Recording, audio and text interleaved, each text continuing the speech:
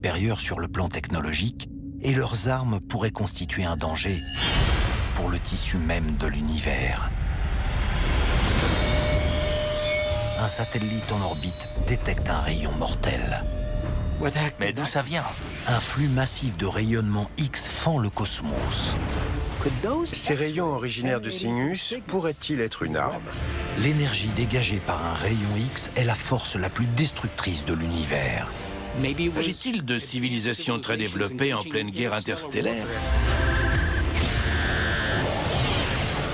Quand le rayon frappe notre système solaire, la NASA réagit immédiatement. Lancé en décembre 1970, le petit satellite spécialisé Uhuru a pour mission la recherche des sources de rayons X dans l'espace. Les rayons X sont des émissions électromagnétiques bourrées d'énergie. On ne les détecte pas sur Terre parce qu'elle est protégée par son atmosphère. Pour les astronomes spécialisés, c'est dommage. Mais pour l'homme, ça vaut mieux.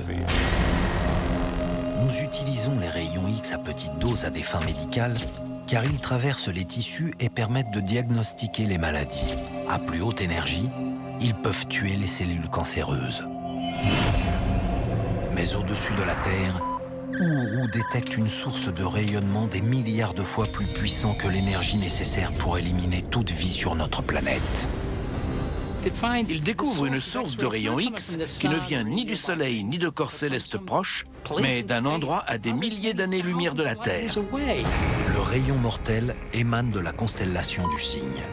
Les scientifiques baptisent sa source Cygnus X1. Pourtant, elle reste invisible.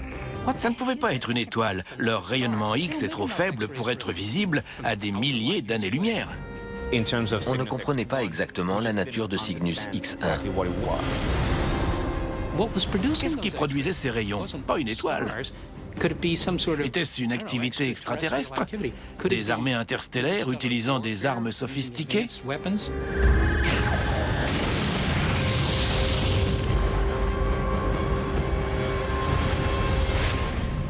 On dirait de la science-fiction. Pourtant, les armes à rayons X existent bel et bien. C'était le programme Guerre des étoiles de Reagan. Pour nous défendre contre une attaque nucléaire. Ça consistait entre autres à utiliser des micro-bombes atomiques de manière à ce que l'explosion alimente un laser à rayons X. Une partie des recherches porte sur les lasers. Un rayon X très puissant peut détruire un missile. De quoi serait capable une civilisation